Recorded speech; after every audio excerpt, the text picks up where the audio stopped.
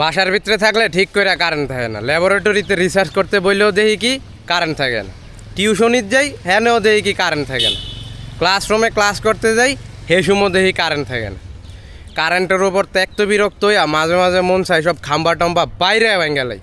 পরেই মনে হয় না, আমি একজন বিজ্ঞানী মানুষ, আমি যদি এখন জনসাধারণের মতো খাম্বা টম্বা বাইরে গেলে এই জিনিসটা কেমন দেখা যায়।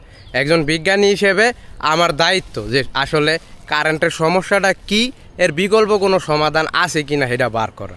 হেলিগা আমি দীর্ঘ 17 দিন রিসার্চ করে দেখলাম যে আমগো দেশের যে এনার্জি সেক্টর এটা টোটালি বাইরের থেকে আমদানিকৃত এলএনজির উপর নির্ভরশীল। এখন এই বাইরের থেকে যে এলএনজি আমদানিকরণ লাগে এলিগা প্রচুর টাকা পয়সা লাগে। আমরা ভাই গরিব দেশ, আমরা এত টাকা পয়সা কই পাম?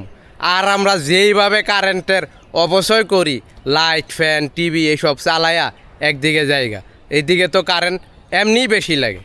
তখন আমি ভাবলাম এই যে এলএনজি নির্ভর এনার্জি এটার থেকে আমরা কিভাবে বাইরে আইতে পারি, দেখি এই ব্যাপারে কিছু বাইর করতে পারি কিনা। পরে আমি রিসার্চ করে দেখলাম আর এটা তো একটা সোজা জিনিস, আমরা চাইলেই এলএনজি নির্ভর এনার্জির থেকে বাইরে হইয়া সোলার অথবা সৌরবিদ্যুৎ ইউজ করতে পারি। সোলার অথবা সৌরবিদ্যুৎ এটা কিন্তু রিনিউয়েবল এনার্জি বা নবায়নযোগ্য শক্তি। সোলার ও সৌরবিদ্যুৎ কিন্তু এই যে রোদের তাপে চার্জ হয়, পরে এটা অনবরত বিদ্যুৎ দেওয়া যাইতে থাকে। যতদিন সূর্য আছে ততদিন কিন্তু সোলার ও সৌরবিদ্যুতের এনার্জির কোনো শেষ নেই।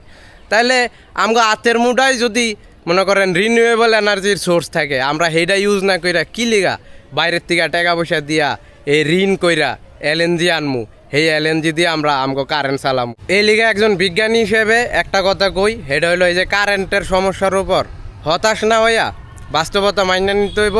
বাস্তবতা মাইনা নিয়ে এই সমস্যার সমাধান কিন্তু আমাকে নিজেকেই করতে হইব। এই কারেন্টের বিকল্প হিসেবে কিন্তু আমরা চাইলে সোলার অথবা সৌরবিদ্যুৎ ইউজ করতে পারি। সোলার অথবা সৌরবিদ্যুৎ ইউজ করলে কিন্তু খুব সহজেই আমরা এই কারেন্টের সমস্যাটার সমাধান কিন্তু করতে পারি।